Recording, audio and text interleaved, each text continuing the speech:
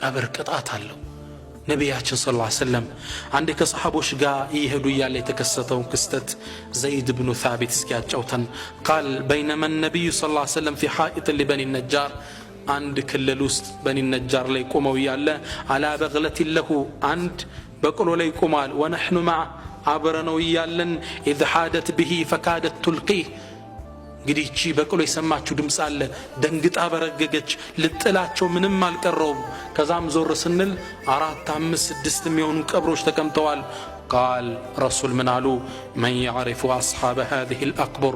እነዚህን የቀብር ባለቤቶችም ያቅማን ነው فقال رجل انا እኔ አለ قال فمتى مات هؤلاء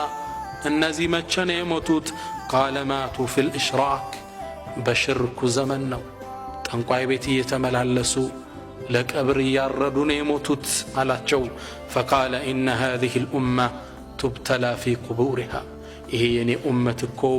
ቀብር ውስጥ ፈተና ይጠብቃቸዋል فلولا ان تدافنوا لدعوت الله ان يسمعكم من عذاب القبر الذي اسمع منه እኔ ሰማውትን የቀብር ቅጣት አላህ እንዲያሰማችሁ ማጸነው ነበር የፈሩት ምንድነው አትቀባበሩ